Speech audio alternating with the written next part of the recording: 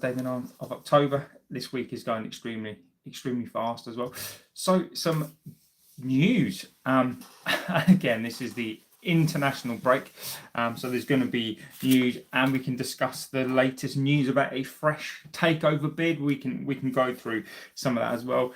Where's it coming from, and all that stuff. So, and welcome to the channel. If this is your first time here, I genuinely do read out all of the chats. I'm not a dictator of the chat. I really do read out your comments, unlike a lot of the channels. Even though there were super chats and all that kind of stuff on here, I absolutely do read all of your chats. This is what separates this out. I'm led by your comments, and yeah, really interesting today. So please feel free to get into the chat. Let me know where you're from. Let me know your opinions on this, what you've heard on this. This is a breaking story, or broke overnight. So this is Chris Wheeler.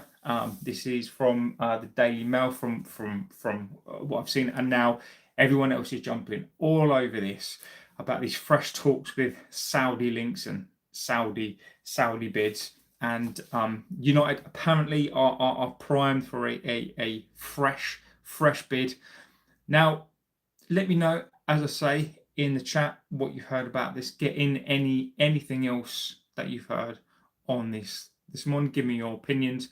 I want to know what you think about this. Now, the ironic thing is that we've been talking about this, and your comments, this is something that I've not been talking about. I've not really been thinking about necessarily. We talk about the Glazers all of the time on here, and I always say that we had an opportunity to get rid of the Glazers, to get rid of this debt, become debt free, and become a bigger and better club, and financially unstraight. So this is coming from what I've read, Chris Wheeler on X. Now, this is one of those stories that we know is going to come out pretty much every single international window, every sort of break, every sort of transfer window. This comes out about the Saudi links.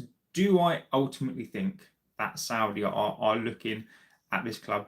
I do. I think there is so much interest. Now, interestingly enough, I get lots of comments on here about United are going to go down, and United are washed, and United are done, and why is it anybody going to buy this club? Another funny thing is that whether people like it or not, as a brand, this is very attractive. So where this is coming from? This is coming from the Daily Mail, and this is Turki Al-Sheikh. And if you don't know who he is the General Entertainment Authority from Saudi Arabia. So this is linked to, if you think sort of about a Saudi fund. Now, this has pretty much come from a story whereby United are looking for ways to make money. Now, this is he's from the group whereby what it is that they're doing is United are trying to organise games, and they're trying to do it over in Saudi. So this is a money spinning exercise. So this is the authority. This is the Saudi backed, and this is the guy who is the front. So this is Turki Al-Sheikh, and his basically job is to find these opportunities in a way to bring sport. And I do think Saudi Arabia would absolutely love the United brand. Now, how would that look like? Now, there is no details necessarily, but what is being reported is that they want to invest in the club. Now, get your thoughts and opinions in on that. Let me know what you think. Do you think this is a possible Saudi takeover? Do you think that, do we think that there is an opportunity here for us to get rid of the Glazers, for us to get rid of Sir Jim? I'll give you my opinions on it as well. I'd love to know your opinions. Get them in. Let me know what you think. Just let me know about what you think about this potential takeover investment bid. Do you think it's real? I'd love to know all that stuff. So lead me on that. Tell me what you think. So I'll give you my opinion on it as well. So I think, number one, I think this is more of an opportunity for United to do games. I think this is what this primarily is about United looking for opportunities to play games. And I think Saudi Arabia is probably the money spinner that they need. As we know, the Glazers would go to the ends of the earth for £1, and Saudi, whether or not people think that that is the correct place to go, obviously that there are human rights issues. I know some of the community or some of the wider fan base are not the biggest fan of a Saudi takeover, not the biggest fan of the sort of Saudi regime, and I totally get that. But I think when you look at the both sides, and we can talk about the both sides, I do think Saudi Arabia would absolutely love to take over this club. Now, would they come in and clear the debt? Now, for me, the only way that I'd want this, we've got to look at this in two ways. Number one, is this investment only? Now, I am not up for propping up the Glazers. I'm not interested in a Saudi Arabia fund coming in and investing in this club and basically profiting in this club. Now, there are two ways to look at this. Number one is the ultimate aim to get a piece of this deal, the piece of this club, be future sponsors. Because don't forget, the Glazers are looking for sponsors. Now, would Saudi come in and pretty much be a sponsor? Now, my worry with this deal immediately is the intention of the Saudis. Now, is this a case of they actually want to do what the Glazers did? So how the Glazers bought into this club was basically the Glazers went and bought shares. Now, are Saudi going to come in with a massive bid? We all know that the bid would have to be roughly around about 8 or 9 billion pounds, and they'd have to come in and clear the debt. Now, as much as as much as I would love that to happen, as much as I want them to come in, and I do believe that the Saudi General Entertainment Authority, I wonder whether they would come into this club and clear the debt and be prepared. I think that would tempt the Glazers.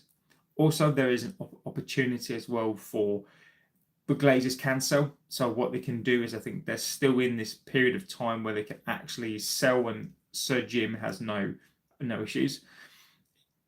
Sir Jim cannot do anything. So if I believe that the Saudi Arabia Authority came in to put an offer in on the club, I do believe that depending on the price, because we all know the Glazers love a pound or two. Do I think they'd sell? I think they'd be very, very tempted. Do I think Ineos would want to sell? Now, the debacle, I believe, of this takeover and what they're doing, they are cutting costs. And this is becoming niche again. Do I think that Ineos would sell? Now, I think that if you think about this, so the investment, the regeneration of this club that's been planned since 2016 is going to be a very, very tricky, difficult thing to do. It's going to take years. So let's look at the reasons why I think that this would probably happen. Is number one, you have to think about this, is that it's going to take a very, very long time for basically the club to build a stadium. There are hurdles that they have to jump. It's going to take a very, very long time. Now, and the ultimate aim for me, and I will say this, is that the Glazers' ultimate aim and Sir Jim's ultimate aim is their investment is going to be worth more money. This club is going to be worth 9 to 10 billion pounds. Now, Saudi, I believe, would come in and probably pay the premium for the club and offer, unlike Sheikh, can't remember his name now. Unlike that, I do think that there is a movement and an opportunity to get this club. So I think that if Saudi Arabia came in and came close to the valuation of the club in 6 or 7 years' time, it takes the headache of the stadium away. It takes the headache of having to appease the fans.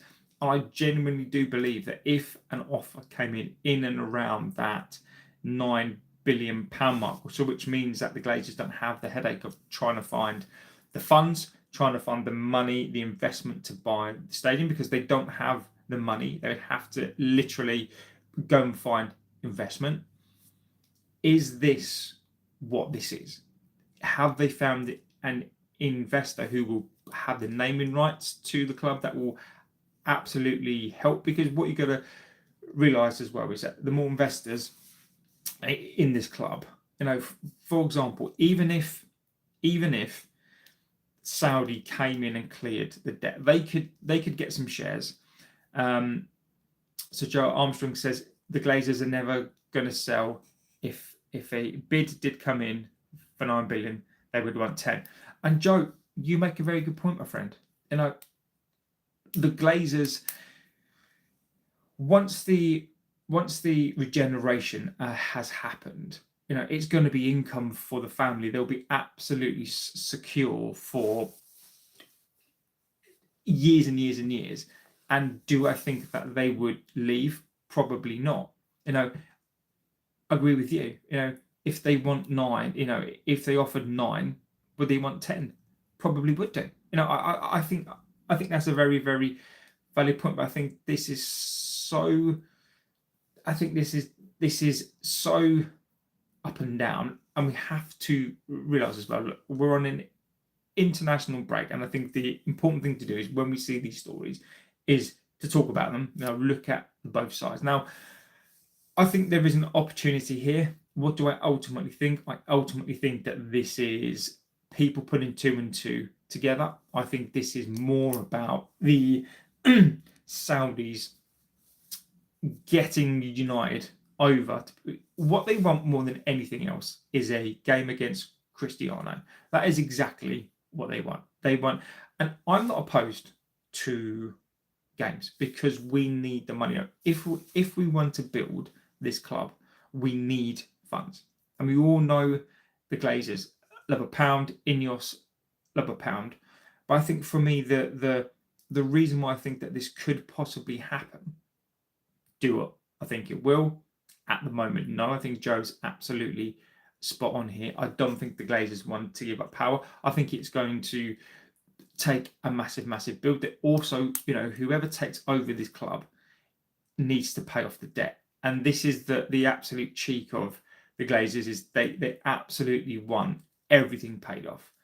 Emilia says, salute from Ukraine. Hello, my friend. Hope you're doing extremely well today. I think we need to take these stories with a pinch of salt. I think we need to look at it from a logical perspective. 6-7, I don't look. People keep saying 6-7. I don't know. Can somebody explain to me what that is? I don't understand what that is. I have no idea. Now, conversely, let's talk about why I don't think the Glazers will sell. Again, the regeneration of this club is it's not only going to make the club, the club at the moment is worth 6 billion. Okay. Liverpool are not even close. Liverpool are 5 billion. Now, some people will say that is close. There's £1 billion gulf between us and them. It's not even close. Greetings from Uganda. Greetings, my friend. Hope you're doing extremely well today. When this club, and it will happen, when the regeneration of this club happens, our club is going to be worth 9 to 10 billion pounds. They may even value it at 12. There's going to come a point where what we need to realise is that the Glazers are going to make so much money. Anthony Sheffield says, hi, hello, my friend. I hope you're doing extremely well. I want you to get your opinions in on this Saudi potential bid, on this Saudi potential new deal from the General Entertainment Authority. So Turki Al-Sheikh is the front man of this authority. And the talk overnight from so many people, would you say globally United has more fans than Liverpool? 100%. United's fan base, I think, is 1 billion over that. I don't know what Liverpool's is, but I'm going to take an educated guess and say yes. How long that lasts for, I don't know. I'm pretty adamant, and I think factually, I think that's correct, that they definitely have more of a global brand. How long that lasts, I don't know. And this is the attractive thing. But also what we need to realise about any Saudi bid, and the realisation why I think we could be talking probably more than 9 billion. I think we could probably be talking closer to 12. So what we got to realise here is that it's not just a football club that they're buying. They're buying the regeneration, which has been put out there as well. They're also buying the brand. When we're talking about United, the valuation, we've got to talk about brand. There is 1 billion fans out there. The amount of money that they make on commercial deals, the amount of money that they make on social media, and when you've got 1 billion fans, even if you get 10% of that, I believe United has more fans than Liverpool, and Arsenal is second, if I'm not mistaken. I generally don't know about other clubs and how big the fan base is. Look, Liverpool, Arsenal, huge fan bases, absolutely massive. But United, I think, are probably significantly ahead, and this all feeds into any Saudi takeover bid. This all has to fit. So this is why the Glazers want so much money for this club, is because ultimately, as a brand, and you go think about this, brand comes into it as well. You're talking about to buy the brand, probably over £1 billion. You got to think about that as well. Got to think about the regeneration. That in itself is going to cost, because you're going to buy all the IP, you're going to buy all the land, and you're going to buy this. The Glazers are going to want that. You're almost going to have to pay the Glazers for future income as well, because once the stadium is built, they're going to make hundreds of £1 million a year. So it could become a state whereby they're going to want 15 billion. Which sounds ridiculous, but that's what the Glazers are. They're going to have to come in and pay off the debt, which is 1.2 billion pounds straight off of the bat. That needs to go. Now, is this ultimately? Is this ultimately? Do we think? And this is what I think as well, is that Saudi are going to come in and invest in the club. Now, this is an investment. Now, are they going to invest in and buy the debt? This is one of the things I think that the Glazers are looking to do, is you sell the debt. Now, by selling the debt, they can clear that debt. They could probably get shares, so they're going to buy shares in this club. But ultimately, they clear the debt, 1.2 billion pounds worth of debt. Once that goes, as an investor, buying that debt. Once that debt is gone, there is a converse thing here. So there are 2 points here. Number one is, I want a takeover whereby somebody comes in and clears the debt. Is it fair that the Glazers get their debt paid? Probably not. But anybody that buys this club has to come in and clear that debt. I wanted a full takeover of this club, the debt cleared, and the shackles off of this club. Now, my fear here is that Saudi are looking and they want to invest in this club, because as a brand, getting them over to Saudi every year, getting this club, back to globalization again in terms of being a relevant club, get more fans. My worry here is that these are the investors that the Glazers are looking for. So the Glazers got Sir Jim in as the guy with the government links to push through the stadium. So check. They also need an investor to basically come and pump into the club and actually build the stadium. And my worry here is the Saudis are not here to buy the club. They are here to invest in the club. And does that ultimately mean that the Saudis are going to fund the stadium? If they do, they'll have an asset, and that, if they fund the stadium and they pay for the stadium, and the stadium is, costs £2 billion. When all the infrastructure is built and, you've got concerts coming in every year, because that is what is going to happen. We will become a media brand as well as a football club. We will be more than a football club, whether we agree about that. The priority will be entertainment, concerts and that sort of stuff. So I fear that actually what this is a way for the Glazers to actually stay in power. I'm not up for that. I truly think that the caveat to this is that the Saudis are here to build the stadium. And why they would do that is because you build a stadium for £2 billion. They could expedite. One of the reasons why this project hasn't happened yet is because financially they need to raise the funds. And the Saudi group, they come in here. Imagine a situation where the Saudi group come in, they invest, they build the stadium. Once you built the stadium, they'll make their money. £2 million, £2 billion to them is a snip. Welcome, Scott, to the chat. Legend. Late last day here. Depressing, mate. Holidays have to come to an end, but I hope you've had a great time. Letitia Coe says this has been going on far too long. The Glazers have never put a cent of their pocket in. They are greedy, grabbing family who just want their cake and eat it. 100% agree with you. But I think if Saudi invest, it can attract them somehow to negotiate, and then they buy it if it all goes well.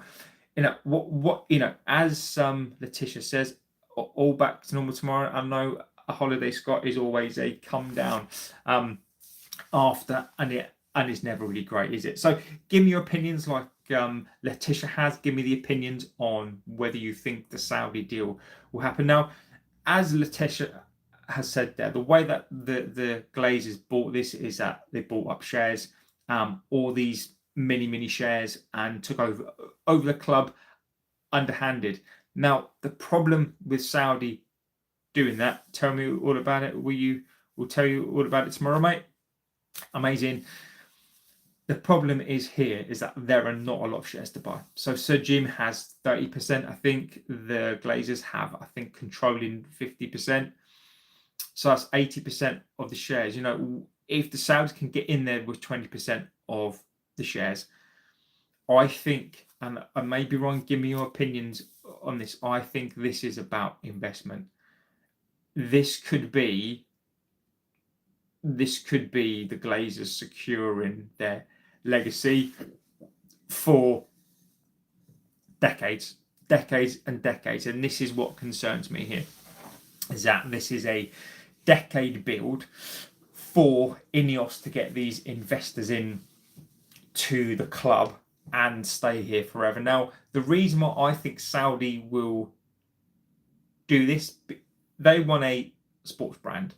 £2 billion to invest in this club will be nothing, even if they invest and clear the debt. We could have a situation. For me, a situation I don't think has been thought about here is we all clamoring for these Glazers to move, right? My fear here is that Saudi will come in, invest in the club. They will get rid of the debt. Okay, they'll clear the debt. They'll fund the stadium.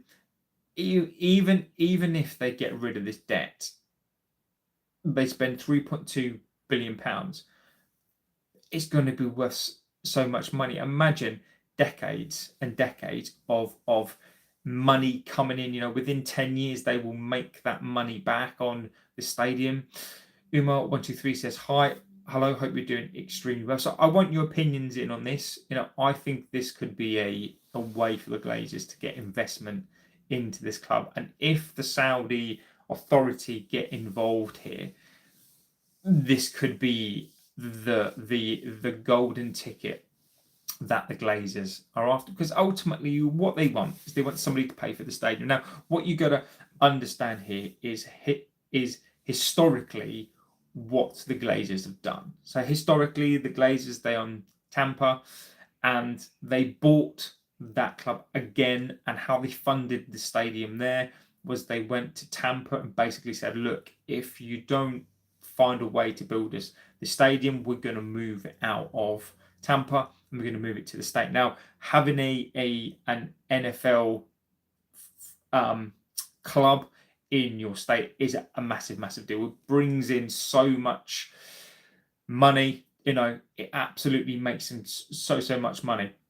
Now, how they did it was Tampa Bay actually created a tax on the citizens of Tampa to pay for this. So they've never paid for the stadium. They own the stadium, I believe. The stadium is paid off completely, and how they paid it off was for taxes. Now, that is what they tried to do here, by the way. They tried to come in and get the government to levy some sort of tax and pay for it on the basis that this is the Wembley of the North. Now, the government, for all their faults, are not particularly stupid. So Ray Shop says, do you live in England? Yes, I do. I do live in England.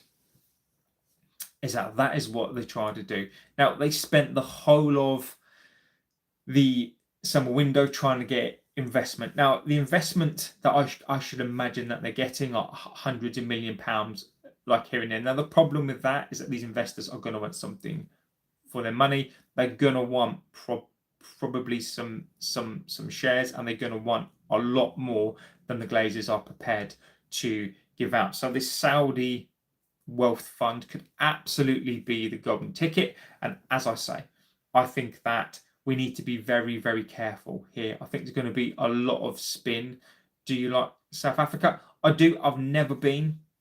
I would love to go. A place that I would love to go and experience. I mean, I when it comes to countries, and people, I'm very much open. That there's not necessarily anything that I don't like. Everybody is welcome in this chat. I do try to read out all of your chat. So I really want to know what we think of the Glazers. I want to know what you think this could mean. I will say that this needs to be taken with a pinch of salt in terms of, do I think ultimately the Saudi group are here to save this club? No, I don't. I believe this is an investment opportunities that the Glazers are clambering to get, whether it's naming rights for the club, whether it's the Saudis buying and owning the stadium. What that means is that they would own the stadium. They would get, what we've got to understand is £2 billion for the Saudis to invest into the stadium. Once that happens, then it will get built very quickly. The reason why this has gone quiet is because they can't find the money. And imagine a situation where the Glazers have the backing of Sir Jim to help push this through. And then you've then got the Saudi group who come in and actually facilitate building of it all. So it could be a situation whereby Saudis are comfortable in, spending their money in investing, because they know as an investment, once you've outlaid the billions of pounds, you're going to recoup that. You are going to recoup that. You're not going to recoup it in a lump sum, but to get a brand associated with this club. Imagine Saudi come in, invest in this club, build the stadium, prop up the Glazers again. The Glazers are not going anywhere for decades, because the money that will come out of this club from concerts, from the merchandise, from people who will then visit this site as an attraction, it will become a theme park. Saudi Arabia, even just for the name, will happily invest. Now, they may even get rid of the debt, which sounds ridiculous, but buying that debt and putting the shackles off this club will... Imagine, you clear £1.2 billion. That is like putting £1.2 billion into the club on the basis that the money that we bring in as a club, that will put the shackles off of this club. And imagine Saudi being part of that and helping this club get back to the top, helping this club win a Premier League. It absolutely, for them as an entertainment authority, and this is what you need to think about here: entertainment authority.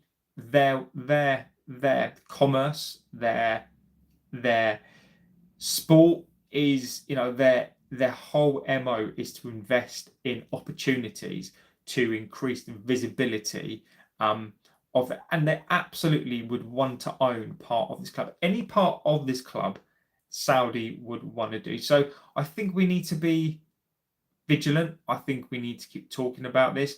I don't believe this is an investment for them to buy the club at all. I might be wrong. I think this is a way for them to own something. And if that happens, then I think that the Glazers are going to be here for decades. They'll make so much money. The Saudis will make so much money. Sir Jim will make so much money. This could be a triple threat. This could be the Glazers, Ineos, and the Saudis all working together. And if that to create a super team. Now, put all that aside. Again, this could just be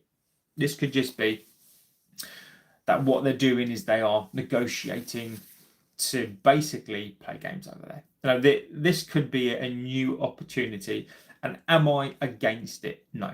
I think what we need to realise is, whilst the debt is still here, why this club is not playing games, why we're not in the Champions League, if we could find any sort of way to even make a fraction of the money of the Champions League, that this could be a situation where the Saudis actually are going to create a competition outside of the Champions League, and bringing clubs like AC Milan, bringing clubs that are brands themselves, and maybe bringing other clubs who are on the cusp of becoming bigger brands, and create their own Saudi footballing league, create their own Saudi footballing side. I'm not necessarily against it. I would prefer to be in the Champions League. Now, this could be a way for, again, the Saudis to pump money into this club. Now, one of the comments that we'll probably get is, why would the Saudis clear the debt? Why would the Saudis get involved in this club? It's all about investment. It's all about getting their global brand out there. So Newcastle is a fantastic club. They've got some of the fans come on here and they don't necessarily like me or like this club, but whether we like it or not, Saudi is invested there, but they have got their hands tied, and they are not as much as I like the club and I respect the club and what it is they're trying to do. Good morning, Nathan. I hope you are extremely well today, my friend. Saudi Arabia, United are seen as the golden goose. United are seen as the jewel in the crown. United would be seen as a footballing brand, one of the pinnacles to get. Now, again, whether people like that or not, this is what the club is seen as. This is seen as a global brand. This is seen as a jewel that Saudi would love to get this club. But again, whilst the Glazers are whatever we think of the Glazers as a business, as business people, or Glazers are opportunists. Glazers are the ultimate, you've got that sort of slimy, snide, animal out there who looks for like an opportunity to get into someone else's nest. That's what they are. They are cretins. They don't want to pay for any single thing. Imagine this. Imagine the Saudis come in, clear the debt, and build the stadium. That £3.24 billion that they'd invest is pittance to them. It's pittance. It's something that they would happily invest, because you got to think about the brand. Imagine having that as part of your Saudi brand, which they'd own a stadium that would be worth more than what they paid for it. They'd be part of this new entertainment, which is what they are. This is the General Entertainment Authority. Their asset would then be worth, even if they cleared the debt, that debt would be worth something. That debt would be worth some money. And they could make money over 10, 15 years. They would make so much more money than what that £4 billion could represent.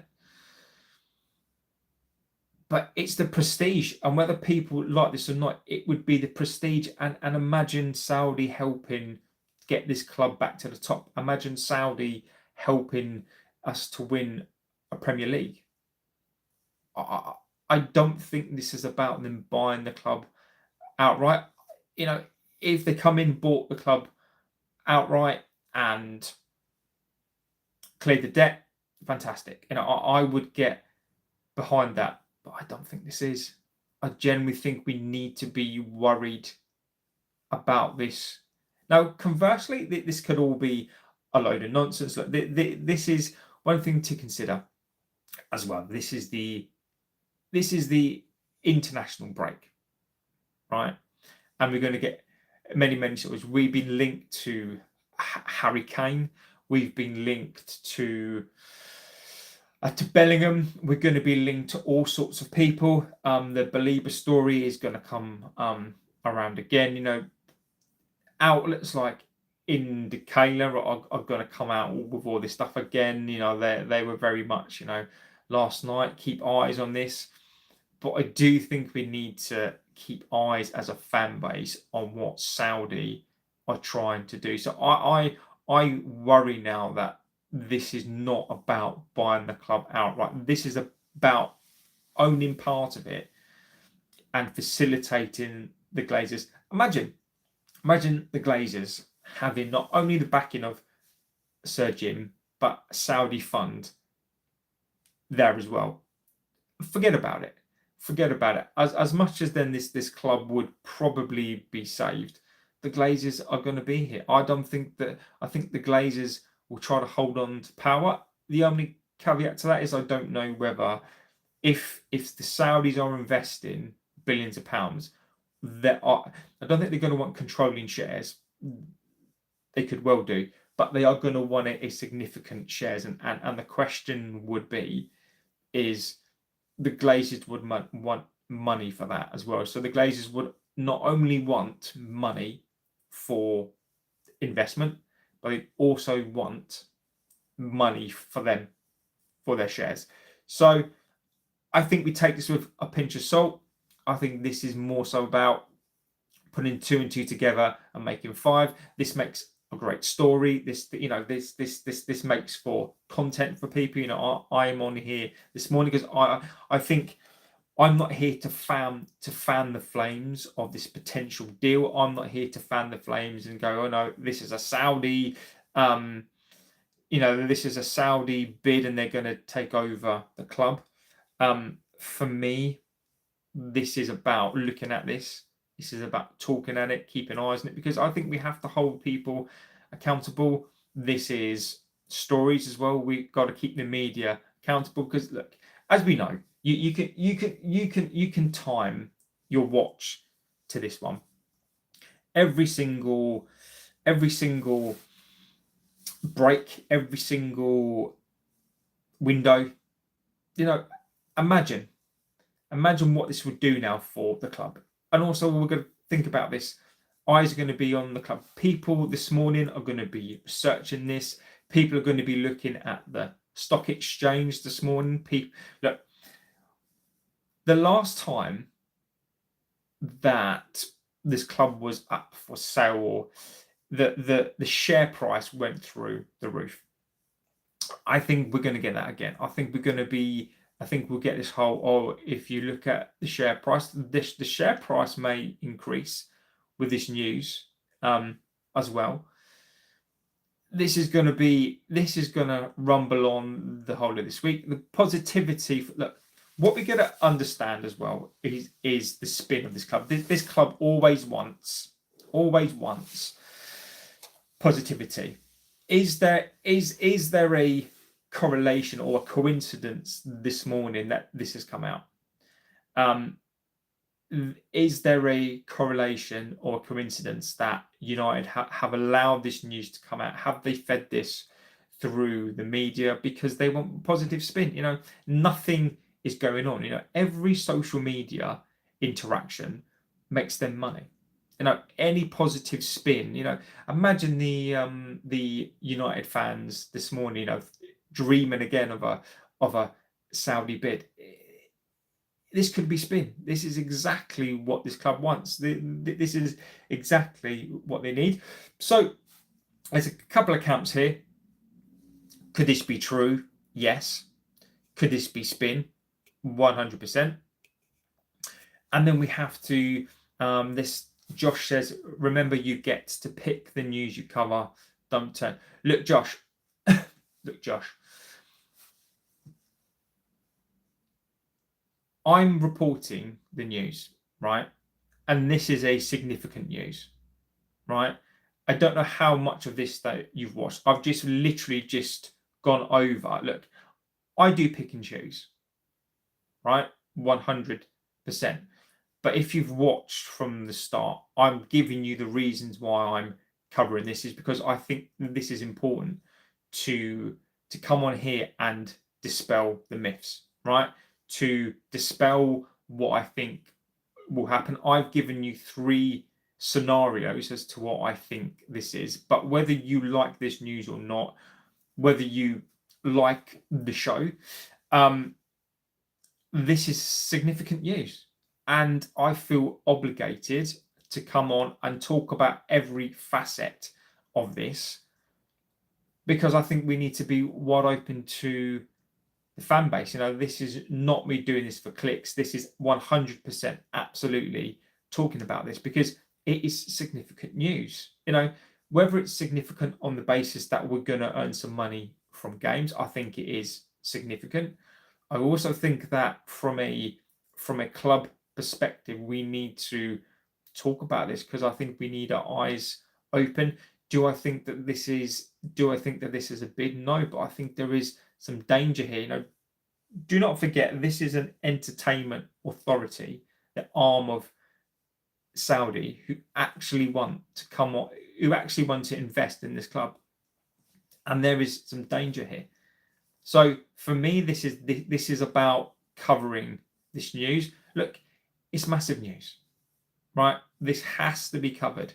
Whether or not this is a big pile of crap, it could well be. As we know, it's spin, but also I'm going to dispel and call this out as well as spin. You know, is this more spin? Or we've been linked to Belieber again. We've been linked to Kane again.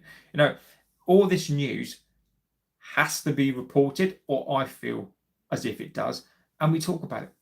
And we talk about it from a logical perspective. You know, I'm not going to come on here and get like animated and start, you know, shouting, but I think it's really important to come on here and talk about this stuff because if we don't, someone else will. And I think it's really important to get opinions across. And you're right, the United stand will be all over this today, and they'll probably get hundreds of thousands of views. You know, and I'm sure they'll do 3-4 shows on this. I'll do one singular show on this one singular show to get my view on it. Doesn't mean that I'm right, but it's also important for you to get your views on it as well. And look, I appreciate the feedback on it, but I think from my perspective as news, I think this is significant news has been reported in the Mail. It's going to be all over the news today, many outlets, but I think it's important for us to dispel the myth, talk about the options, and not just get carried away on this spin world of, you know, they're going to come in to buy the club. You know, there is no coincidence that when nothing is happening, these Saudi stories constantly come out because it sells papers, people click on it, and it's important for us to dispel the myth as a community, to talk about it. I think it's important to talk about this, but I do get the opinion. I absolutely think it's really frustrating. It's also frustrating for me when the Amarin stuff comes out constantly. You know, again, yesterday we had the Sir Jim story of he's going to give him another 2 years. Then today we're getting this Saudi stuff. So we're getting this spin, we're getting this positivity spin, and this is what Ineos do. They are a business. They're in the business of spin. So apparently, today we've got the manager for 2 years. They believe in the manager. Saudi stories come out today. We're going to get so much of this. They're willing to give Amarin 3 years. Frugal Boy, it's 2 years. So what Sir Jim was saying is that, no, this is the one, yeah. I don't know. You sort of always get one Wally in the chat. You always do. I don't know how I'm supposed to reply to that. The only thing that I can say is, do you regret being an idiot? Do you regret being dropped on your head as a child? We can all say stuff. Frugal Boy, they are willing to give Amarin 3 years. So this is look, this is not according to the news. This is according to Sir Jim. It's out there. Sir Jim is prepared to give him another 2 years. So this will be 3 years. So this is this year and another 2 years, I believe. I might be wrong on that, but I think Sir Jim has said he needs a couple of seasons. So you've come on here, been rude to me, but I'm that. Look. If you're going to come and be rude on here, what do you think I'm going to do? Just sit back and go, oh, okay. And it's not my fault if you've taken too many blows to the head. It's not my fault. Letitia says, thanks for speaking so warmly and truthfully about our club owners in Saudi. Look, Letitia, I think it's important, and if you don't look, I come on here and I give my view and opinion. Doesn't mean that it's correct.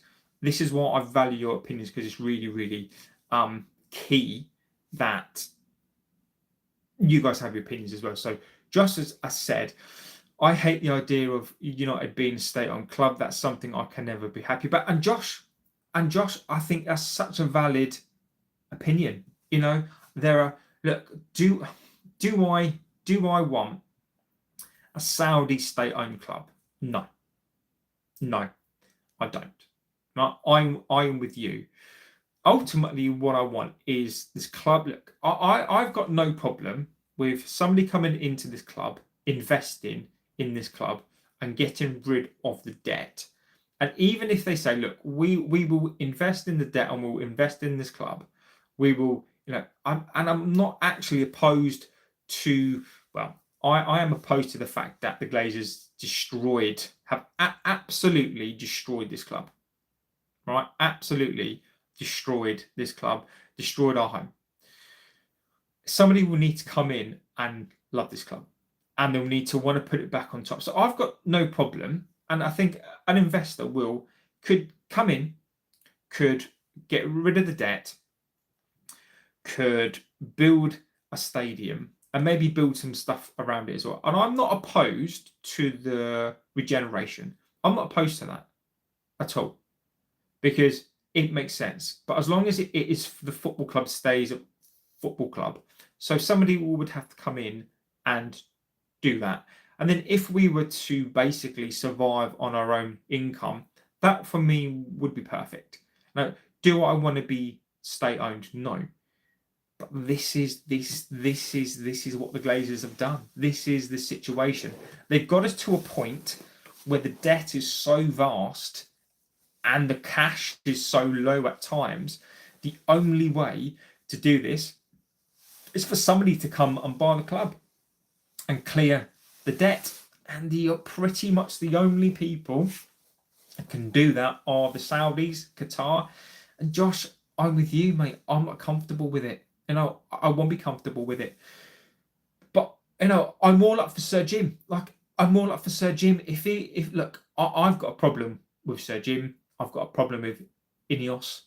But if Ineos come and buy the club, clear the debt, do what they can to start to clear the debt down, I'm all for that. I'm all for, living off of our means. I've got no problem with that at all. But what's the lesser of two evils? Is it Saudi state ownership or the Glazers just destroying this club? But Josh, mate, I'm with you. I'm not. Look, I am not giving an answer on that. So, look, we do get absolute wallies on here sometimes, and it's really simple to remove them. And again, look, easily done. Get rid of you. So Jim should be allowed to take the rest of the club, but the Glazers are rats. I won't give it. It's sickening. Look, Josh, again, that's an opinion. I don't think Sir Jim's got any intention of buying the club. I think that this is my opinion on it, and I've said this opinion a lot of times, and you can agree or not. The Glazers have no intentions of selling the club, so I do agree. I do agree with that. Sir Jim has no interest in buying the rest of this club. I'm adamant on that. This is an investment opportunity for Sir Jim and Ineos to buy into this club, because what you've got to get, or what I believe that people need to be aware of, is that Sir Jim has invested a couple of £1 billion into this club. That 2 billion is probably going to be worth 4 to 5 when this club is built. Okay, when they've got investment, they've built a new stadium. They've turned. Look, the plan is to turn this into an entertainment business, right? Sir Jim cannot afford to buy this club. The Glazers would want £9 billion. Sir Jim had the opportunity. It's not going to happen, because Sir Jim will not be able to afford the rest of the shares. Sir Jim is here to own part of this club, and to, the debt is not even being cleared. And what I mean is that there is no mechanism, there is no way for us to even have an amount of money to start paying off this debt. This club is not in a situation by its own means that they can clear the debt, because the Glazers are not going to clear it. The Glazers have no intentions of clearing this debt. The Glazers are happy to service this debt. Alice Henner says hi, hello. And the Glazers have no intentions of clearing this debt. Ineos have no intentions of buying this club, and I think this is what frustrates me. And I get it, and I respect opinions, but what frustrates me is that I can see it a mile off. Now, if I'm wrong, I'll happily be wrong. It just means then that Sir Jim has come in, he's bought the club, and I even don't mind living off of the income that we make. No problem with that. I don't necessarily want billions of pounds, oil money. I just want a situation whereby we can be competitive. But Sir Jim is not going to do that. The Glazers are driving the regeneration, and then once that regeneration happens, this club is going to be worth £12 billion. Sir Jim can't afford that. Sir Jim is not going to buy this club. So Sir Jim is here for investment. One of the things to be aware of, and people will use the stick of, well, actually, he's invested money and he's buying more shares. Look, what you've got to realise as well is that money he's investing, he's invested in the asset. You're allowed to invest in an asset. You get tax breaks on that as well. So Sir Jim is basically investing in the asset that is the club to keep it afloat. Sir Jim's not putting in his own money to buy players. Sir Jim is putting money for shares, 1.2 billion or whatever it was, to give to the Glazers. He's invested some money in the infrastructure, but that's to service the asset. that is to keep afloat. This club is buying its own players, not because Sir Jim is putting money for players, because he hasn't. This is all about getting through until the new stadium is built, and then Sir Jim's money is. Look, these are business people. People want Sir Jim to be this knight in shining armor who's going to come in. He's not going to buy the club. Andrew S. Morning all, massive toffee here. Everton back on the up, and I hope so. I as much as look, I am one of these people in life that I celebrate people who do well, or celebrate clubs that do well. I think as a country, we're not very good in praising people that do well. We see somebody with a big house, we go, oh, oh, they're just, or you see somebody with like a nice car. Everton have been through absolute so much rubbish, so much crap, and I'm pleased. I'm pleased to see a club. There's probably only one club that I don't really want to see do well, but I don't want to see them fall either. But I'm happy. If Everton could come and challenge for the title, I'm not saying that they will, but the more competitive clubs, the better. You're right. In football, in particular, there's a culture of wanting to see others fail. It's refreshing to hear. Look, I take no pleasure in the downfall of other people. I take no look. This is football. I've supported football for 38 years. Hi, love from Carol from England. Hello, hope you're doing extremely well. Like, I love football. Like, watching, I've watched Everton for a long time. I've watched football for a really, really long time. Watching those games, watching the final, when Everton won, it's so important to me to be competitive, and it's so important that look, the more competitive people don't realise that football didn't begin in '92. Everton are an historic club, right? They've won the league. They've had some many amazing players, and it's so good to see these clubs coming back on top. To establish the order. I think it's absolutely right that clubs are able to come up and survive. Everton have been through enough. It was always sad to see these mighty big clubs, from the 70s and like 80s, and historic club. Why should you go out of, why should you be in the lower leagues? Why should you be, not up there again? So I absolutely, I think it's good for the league to have as many competitive clubs as we possibly can. This is what we want, but we don't think it will happen, bro. Spin. And Pete, I'm with you, but as I've said, I think we could have a situation here whereby it's the worst outcome, that the fact that Saudi are investors and not buyers of this club. We could have a situation whereby, imagine the Saudis come in and buy the pay for the stadium. I think they would do that. Imagine they come in and for a percentage of shares they clear the debt. I think we need to be very, very careful here and have our eyes wide open, because there is a potential here for the Saudi group to be the investors that Ineos want.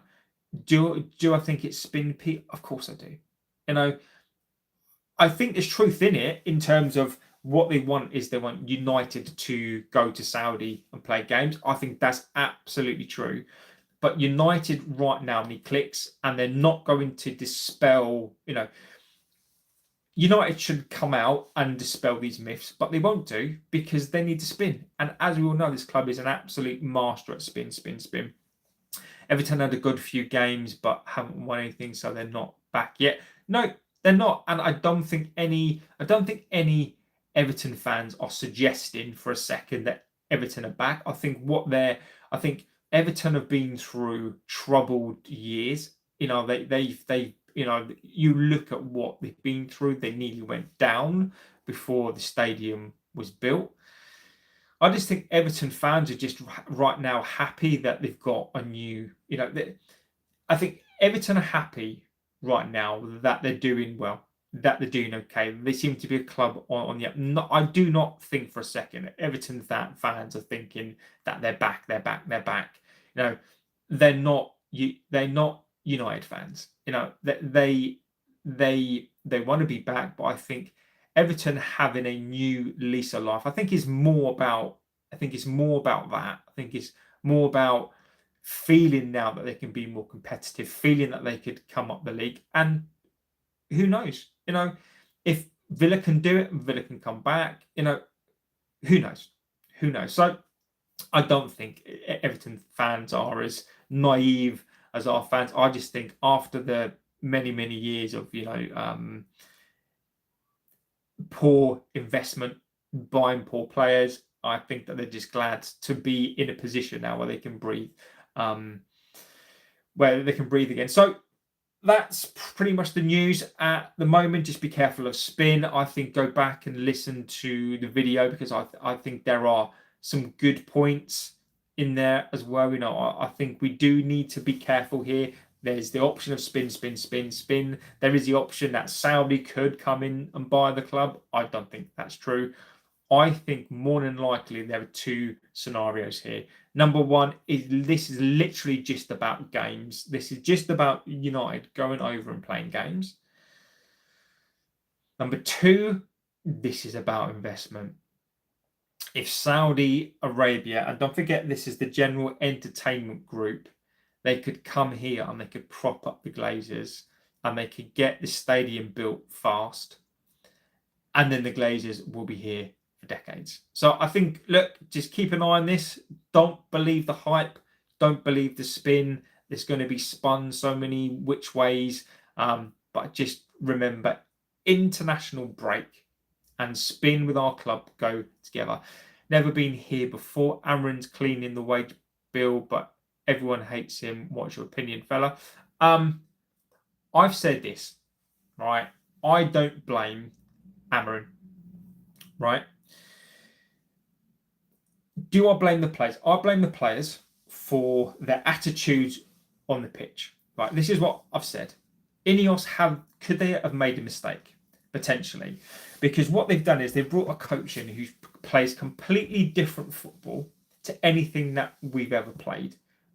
And when you bring him in, so they brought him in, and that last season, whilst I will say that potentially he didn't improve his players, you've got to look at the players that we had last season, the toxicity in the fan base, in the club. The last season was not on him. They were not his players. As we all know, these players have let us down time and time and time again. Amrin's come into this shit show and tried to do the best that he can. He has made there are some red flags in here. Now, fast forward to the summer. People were blaming Amrin for the players. This was on the footballing side. He got given players. Right? He got given players. I never understood why Ineos would bring in a coach to play such different football and not give him his players. Right? I am Amarin. I'm manager in. And if that means Amarin in, I don't fully agree. And I think some of the things he does are a bit crazy. But Amarin needs time. I am Amarin in. I don't like what he does. I've always said this. I am any manager or player out if I think if Amarin puts his own agenda and his own philosophy and being stubborn for the betterment of himself, then he needs to go. But now I don't think that's what it is. I don't agree with the team that he picks, but I don't think it's for the betterment of himself. So therefore, I think he needs time. I think if you give Amarin his players, then he'll do something. But I also think that if Ineos have no intention of giving him his players, then he needs to go, because he's never going to be able. So, look, I blame the players. I blame them for their attitudes. These are an accumulation of players who, look, they're not playing in their positions. They're not fit for the system. I think they're doing the best. But my problem with these players is they have low mentality, low IQ, and they down tools. So look, this is not his fault. I'm adamant on this, and I sort of have been. He needs 2 seasons. He needs a couple of seasons. I just wish this fan base would give him that time. I'm glad Ineos have come out and backed him, but I just don't see how you can blame a coach who hasn't got his players. He's doing the best he can. And that's where I'm out on that, my friend. Andrew S says, N64 in the background, loving the retro vibes. Yeah, exactly, my friend. I love those 2 games as well. Chris and Mark says he's actually doing the dirty work the rest of the last man just couldn't. Exactly. Agreed. Agree completely. So Hill says, take the Saudi money. It's green and dirty as British Rothschild's money, and those Saudis will instill some discipline and heart into the club. I disagree. I respect the opinion, and that's your opinion. I disagree. Disagree completely. I think Saudi Arabia, you've got to look at the latest links, and it will tell you everything that you need to know. General Entertainment Authority. Saudi come into this club, they will not instill discipline. Again, discipline for what? What? The Saudi human rights. Not going to work here, my friend. And instill some heart into this club. They would be so far away from instilling. What do they know about this club? What do they know about what this club means? Nothing. The Saudis are here to make money. The Saudis want this club as a brand. Do I want to take the Saudi money? Not really. I want somebody to come in, clear the debt, but hold the club to the values that it should be held to. But sadly, the Glazers are all about money. So, whether I want it or not, I disagree. I don't agree that they will instill heart into this club again. They won't. They will turn this into an entertainment spectacle. But that might be the only choice. Kevin McGee says, so do you blame... so who do you blame for playing Bruno in the 6? Maguire, RCB, Shaw. Who's to blame for picking Mount and Shaw in the final?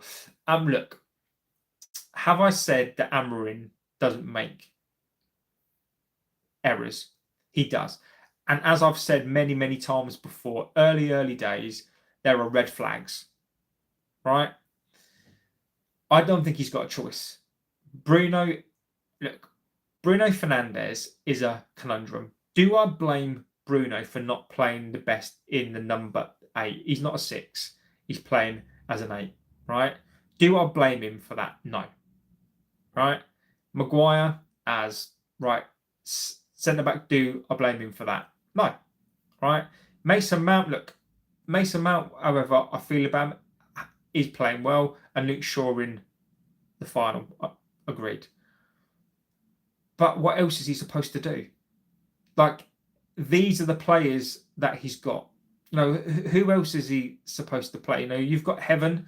Do I think that he should play? Yes. Fernandes, I agree that that's a strange one. But I blame these players on the pitch. So are you telling me, and I get it that Amorim picks the team, but are you telling me that Amorim's responsible for the mentality of these players? These players, time and time again, have let down a coach. There are red flags for me, and Amorim, there is blame to be had there. But these players have to take the majority of this blame because they're the ones that play on the pitch. Amorim can instill and go through what he needs to, but the players are to blame for the attitude on the pitch. But I agree, there are red flags. So he says Amorim has heart, but has not a big club man. Roy Keane or Van Persie as the United manager, and the world would fear and respect the Brits again. So Hill, mate, as an opinion, that's your opinion. But I think you're totally, I think you're wrong, mate. I'm not calling that the opinion. Roy Keane is not a good coach. Van Persie, what's Van Persie going to do? Like, mate, you need to realise we still have the same players. Is Roy Keane or Van Persie going to make Maguire younger and better? No. Is he going to make Luke Shaw good? No. Is he going to make Mason Mount injury free? No. They would need their players. So I disagree. I think Amorim is the man to me, and I think he needs to be given time. I think he's a far better coach than Roy Keane and Van Persie. I don't get this obsession with former players. I don't. I will say this though: United shouldn't be buying players and should be looking to the academy for free agents to clear debt. Just like, look, this is the Premier League, La Liga. Look, they pulled levers. Let's not pretend they pulled many levers, right?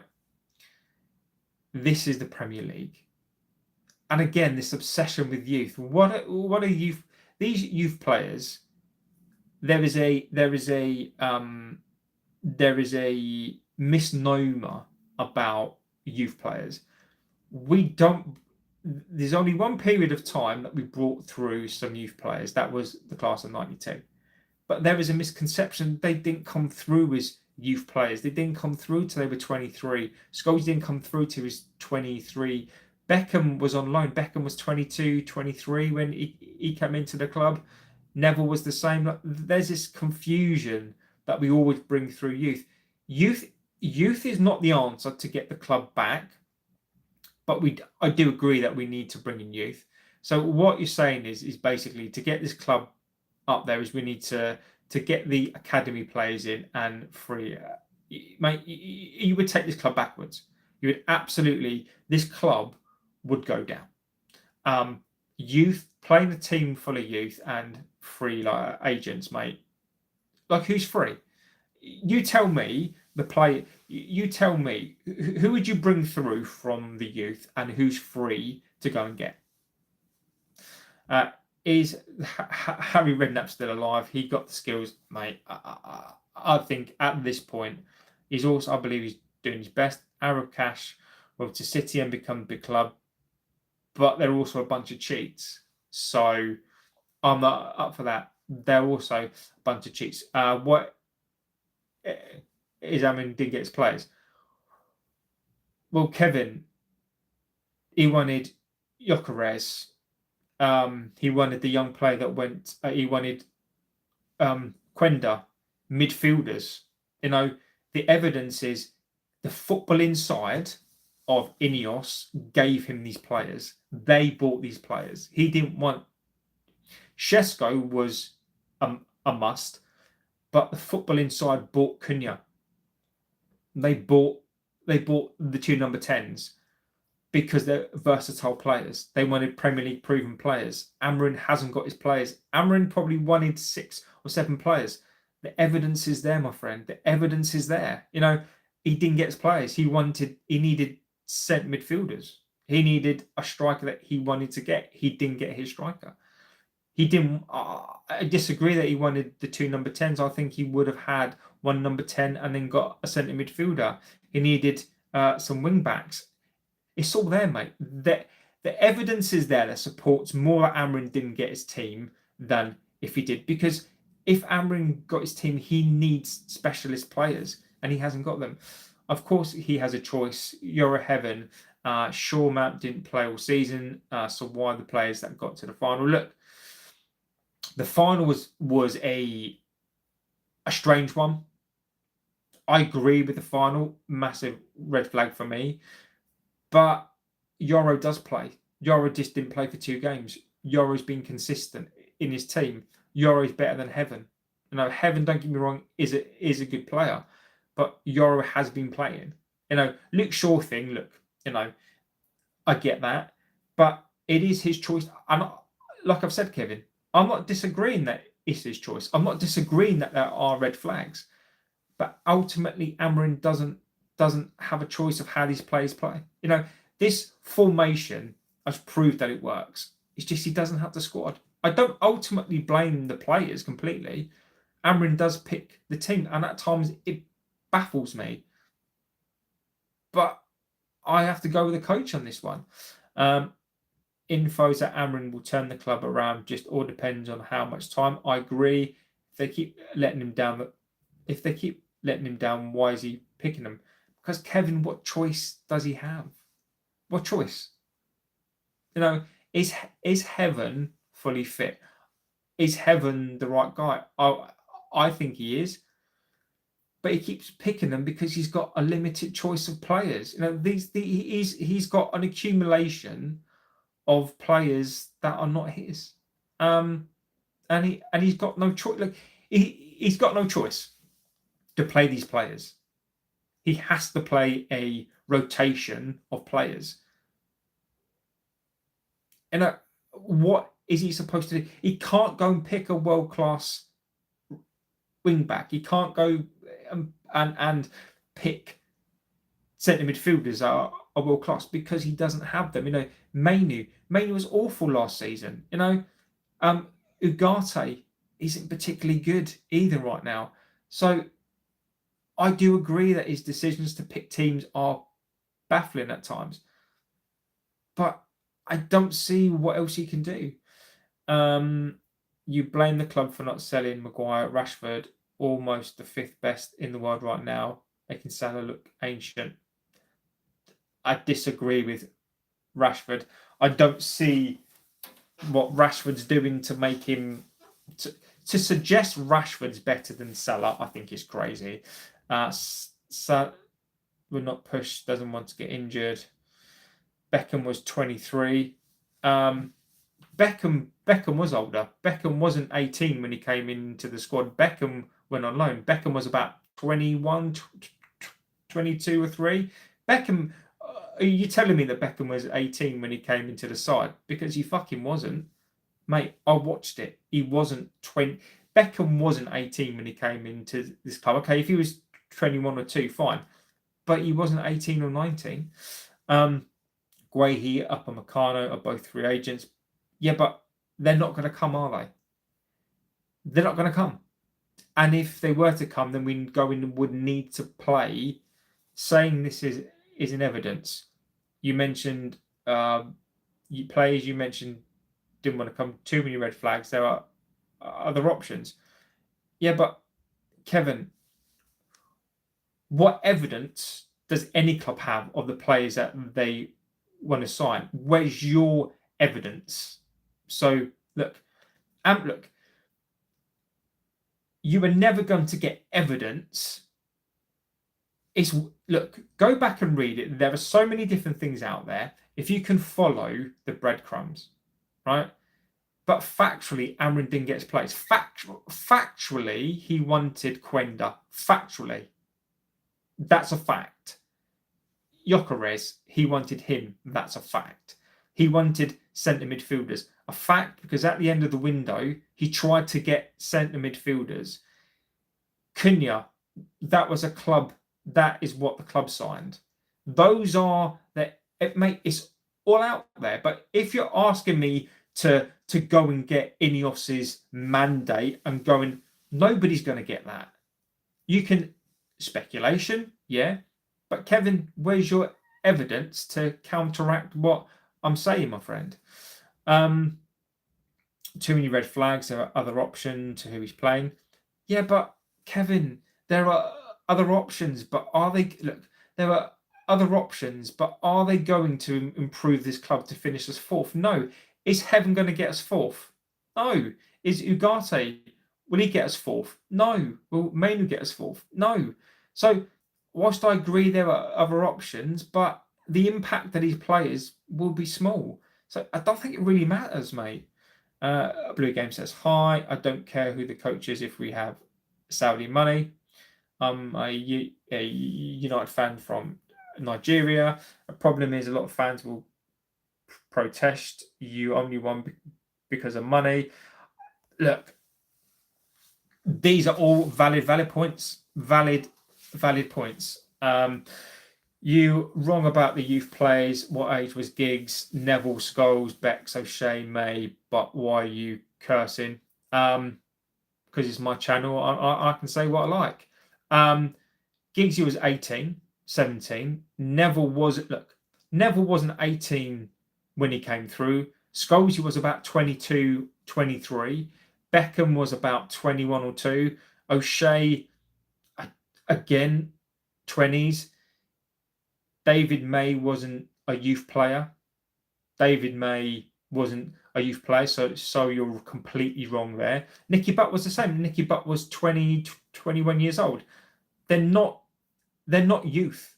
They weren't youth players. They came through into the squad at 18, but they didn't play, or they played a game or two. And then so May wasn't a youth player. So you're completely wrong on that one. I'm asking you because you're stating it's fact when it's not. Quenda is fact. Gyökeres is fact. Amrin wanted 2 centre midfielders. Fact. Amrin has said that. What more fact do you need than that? He didn't get his players. That is a fact, because if he didn't have his players, Chiesa plays like Chiesa plays like Stevie G. No. I disagree with that. But guys, I'm going to go. I do have to get to work, so I am going to go. I do appreciate all the comments, whether we agree or not. Those players didn't want to come. Yeah, but Kevin, whether these players want to come or not, Amrin wanted those players. So it's a bit. I get what you're saying, but just because a player didn't want to come doesn't mean we went after those players. It doesn't make sense. Really, does it? Gyökeres was his player. He wanted his player. Because you're saying to me about Amrin got his players. I'm telling you that he didn't. Whether or not these players wanted to come is irrespective. It doesn't matter. He wanted these players. So therefore, he didn't get his players. So you're saying to me that Amrin got his players, but he didn't. Because whether or not these players come or not, he wanted those players. And the players he got are not the players that he wanted to get. Look, we can debate this all day. I'm not saying you're wrong. I'm not saying I'm right. It's just my opinion on it. But guys, I do have to go. Thank you for your comments. Like Kevin, mate, you look. I get it. Comments wise, thank you for being here, my friend. I absolutely get the comments. I do actually agree with you on a lot of things that you're saying. I think we have to disagree to not agree, but I do respectfully, understand your points. I get it. I do get it, but I will have to respectfully disagree, and you can do the same to me as well. So guys, thank you for being here. Have a good rest of your morning, afternoon, evening, wherever you are in the world. I really do appreciate the comments, whether we agree or don't. I think that's what makes the channel good. I will read your comments out because I do respect them. Some of them this morning are a bit crazy, and I do think people come on here sometimes and absolutely put comments in that I don't even think that they think's true either. But yeah. So guys, again, thank you so much for being here. You guys really make the channel what it is. Again, I love these debates. I try not to hide away. I give you my opinion. Doesn't mean my opinion is right. Doesn't mean it's the end of the conversation, but I can only thank you guys for being here. So have a good rest of your morning, afternoon, evening, wherever you are. I might be back tonight. If not, I'll see you tomorrow. But have a good rest of your day, and I'll see you very, very soon. Take care.